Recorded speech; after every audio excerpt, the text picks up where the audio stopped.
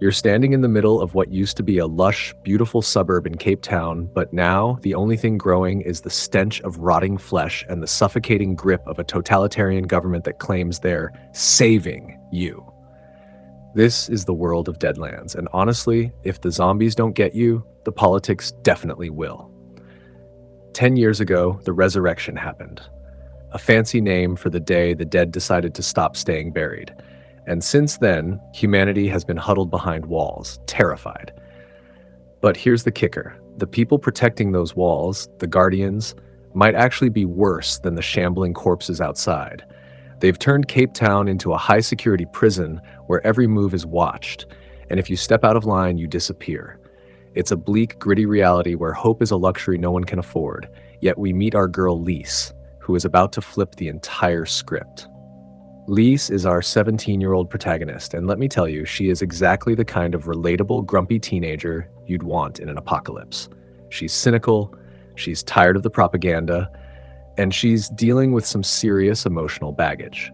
Her mom is gone, her dad is a shell of a man, and her older brother, Ben, has basically sold his soul to the Guardians to become one of their elite soldiers.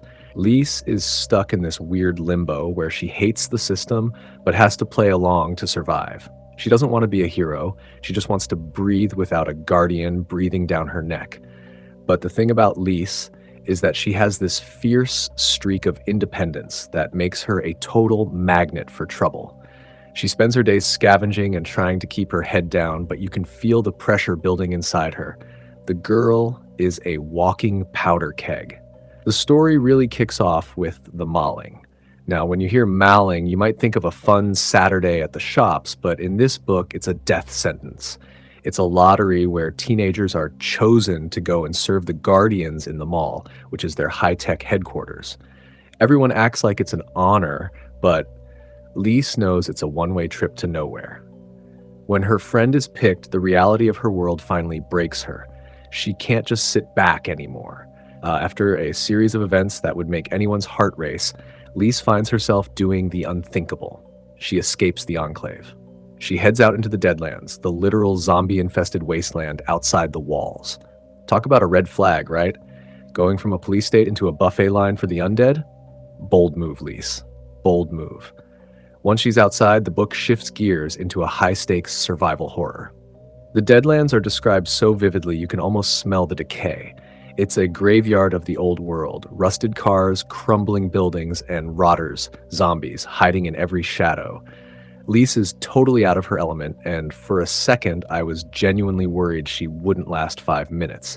But then she runs into the Deadlanders. This is a ragtag group of rebels who have managed to survive outside the walls, and they are everything the Guardians said they weren't. We meet Ginger, the tough-as-nails leader, Saint, and the brooding, mysterious Ash. The chemistry between Leas and Ash is that perfect, slow burn, I don't trust you, but you're kind of hot vibe that we all live for. Ash is skilled, grumpy, and has a past that he's clearly not ready to talk about, making him the perfect foil for Leas's impulsive energy. As Leas embeds herself with the rebels, she starts to see the world for what it really is. The Guardians have been lying about everything. They tell the people inside the Enclave that the Deadlands are a total lost cause, but the Deadlanders have built a life out there. They have a community, they have food, and they have the truth. And the truth is absolutely horrifying. Leas discovers that the Guardians aren't just power-hungry humans. They are actually serving something much, much darker. This is the part where I literally gasped. It turns out the Guardians are essentially middle management for ancient, powerful beings who feed on humans. The mauling isn't a job placement program. It's a grocery delivery service for monsters. My jaw hit the floor. Imagine thinking you're being protected by your government only to find out they're literally seasoning you for dinner. The emotional depth here is what really gets me. Leas isn't just fighting monsters, she's fighting the betrayal of her own brother. Ben, the brother she looked up to, is part of the machine that facilitates this horror. Every time Leas thinks about him, you feel that pang of heartbreak. She wants to save him, but she also wants to scream at him for being so blind. The pacing picks up as the rebels plan a mission to infiltrate the mall and expose the truth. This isn't your typical let's blow things up mission. It's a desperate, terrifying crawl through the heart of the enemy's lair. The descriptions of the mall are eerie. It's clean and sterile, which makes the underlying rot feel even more disgusting. You see the contrast between the shiny floors and the blood-stained secrets hidden behind the doors. The climax is a total adrenaline rush. Leas and the crew get inside, and the tension is so thick you could cut it with a panga. They find the kids who were taken during the mauling, and the scene is devastating. These kids aren't being trained. They're being kept like cattle. Leas finally comes face to face with the reality of what the Guardians have done, and her reaction is pure, raw emotion. She stops being the girl who wants to run away and becomes the girl who wants to burn it all down. There's a massive confrontation, betrayal, and a narrow escape that kept me on the edge of my seat.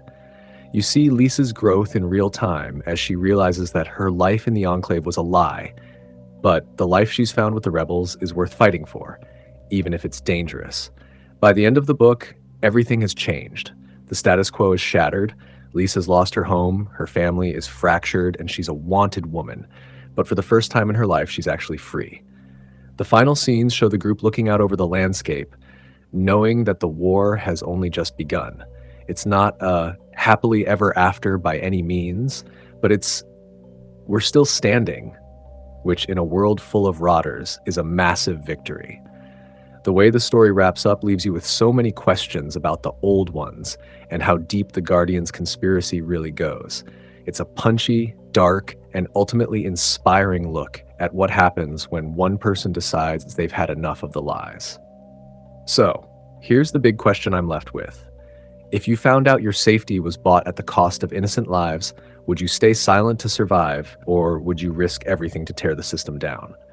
It's a heavy one, but I want to hear what you guys think in the comments. Would you be a Leas, or would you try to play it safe inside the walls? And this book is a wild ride from start to finish, and honestly, I need the sequel yesterday. If you enjoyed this breakdown of the madness in the Deadlands, do me a huge favor. Hit that like button, leave a comment with your thoughts, and subscribe so you don't miss the next story time. It really helps out, and I love chatting with you guys about these wild plots. Stay safe out there, and remember, don't trust the people in charge just because they have shiny badge. See you in the next one.